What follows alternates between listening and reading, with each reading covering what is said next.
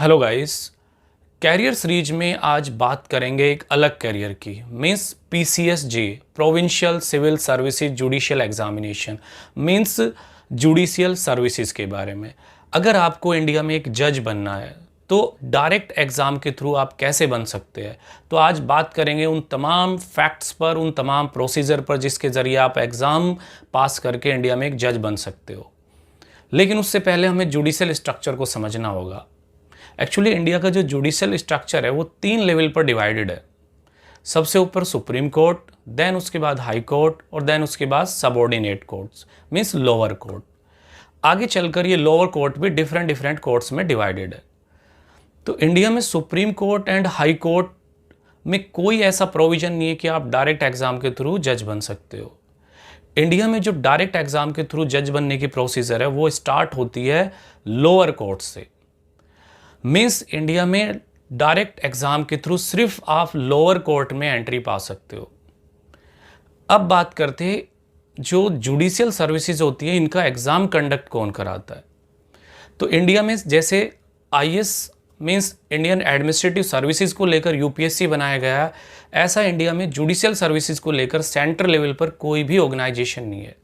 Means जो judicial services होती है उनको या तो स्टेट के जो पब्लिक सर्विस कमीशन होते हैं वो कंडक्ट करवाते हैं, जैसे फॉर एग्जांपल यूपी, या फिर हाई कोर्ट कंडक्ट करवाता है, जैसे फॉर एग्जांपल राजस्थान।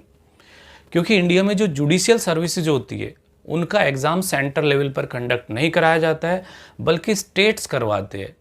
और स्टेट्स में भी हमारे जितने 28 स्टेट्स है और 8 यूटीज़ है उनमें मात्र 24 स्टेट ही जुडिशियल सर्विसेज का एग्ज़ाम कंडक्ट करवाते हैं पीसीएसजे का, जिनमें से 10 स्टेट ऐसे जो means Hindi language based state है जो जुडिशियल सर्विसेज का एग्ज़ाम कंडक्ट करवाते हैं।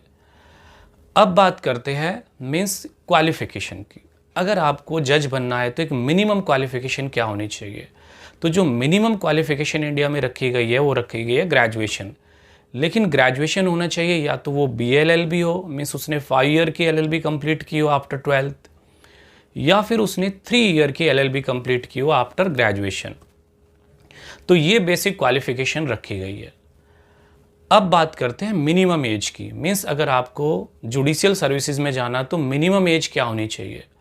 तो जो मिनिमम एज है वो, क्योंकि अलग अलग स्टेट इसका एग्ज़ाम कंडक्ट कराते हैं तो अलग अलग एज देखने को मिलती है, लेकिन एक जो जनरल एज क्राइटेरिया वो है 21 मिनिमम, और जो मैक्सिमम है वो 35 ईयर्स। बाकी स्टेट टू स्टेट डिफरेंसेस देखने को मिलते हैं। अब बात की जाए मीडियम ऑफ एग्ज़ाम की, तो ये एग्ज़ाम जो 10 हिंदी बेल्ट स्टेट्स हैं उनमें इंग्लिश के साथ साथ हिंदी में भी दिया जा सकता है, लेकिन हिमाचल प्रदेश और हरियाणा को छोड़कर, क्योंकि यहाँ पे ये एग्ज़ाम सिर्फ इंग्लिश में अलाउ है। अब बात करते हैं नंबर ऑफ़ अटैम्प्ट्स की। तो जो हरियाणा, राजस्थान, उत्तराखंड और बिहार है वहाँ पे कैंडिडेट अनलिमिटेड अटैम्प्ट ले सकता है, मीन्स वो मैक्सिमम एज तक अनलिमिटेड टाइम अपीयर हो सकता है। लेकिन अगर यूपी की बात की जाए तो यूपी में एक जनरल कैंडिडेट को मैक्सिमम मिलते हैं 4 अटैम्प्ट्स, एक ओबीसी कैंडिडेट को मिलते हैं 7 अटैम्प्ट्स और एक SC/ST कैंडिडेट को मिलते हैं unlimited attempts. Means maximum age तक वो अनलिमिटेड टाइम अपीयर हो सकता है जुडिशियल सर्विसेज में। अब बात करते हैं एग्ज़ाम पैटर्न की। तो जो एग्ज़ाम पैटर्न होता है सिविल सर्विसेज का, क्योंकि स्टेट बेस होता है तो थोड़े बहुत डिफरेंसेस मिलते हैं, लेकिन एक बात कॉमन है, जितनी भी जुडिशियल सर्विसेज का एग्ज़ाम होता है 3 स्टेजेस में होता है, प्रीलिम्स, मेंस एंड इंटरव्यू।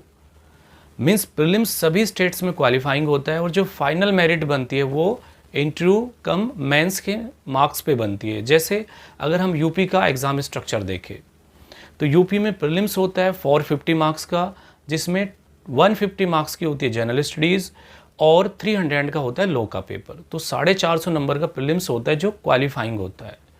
इसके बाद आता है मेंस जो कि 1000 मार्क्स का होता है। मीन्स 5 पेपर होते हैं, जिसमें एक पेपर होता है जनरल नॉलेज का, एक पेपर लैंग्वेज का और 3 पेपर होते हैं लॉ के। हर पेपर 200 मार्क्स का होता है, टोटल 1000 का होता है। इसके बाद 100 मार्क्स का होता है इंटरव्यू, तो टोटल 1100 नंबर का होता है इंटरव्यू प्लस मेंस, और इसके बेसिस पर मेरिट बनती है। प्रीलिम्स जो होता है वो सिर्फ क्वालिफाइंग होता है। राजस्थान पीसीएस जे की बात करें तो टोटल प्रीलिम्स होता है 100 मार्क्स का, जिसमें 70% वेटेज होता है लॉ का और 30% होता है लैंग्वेज का। उसके बाद आता है मेंस।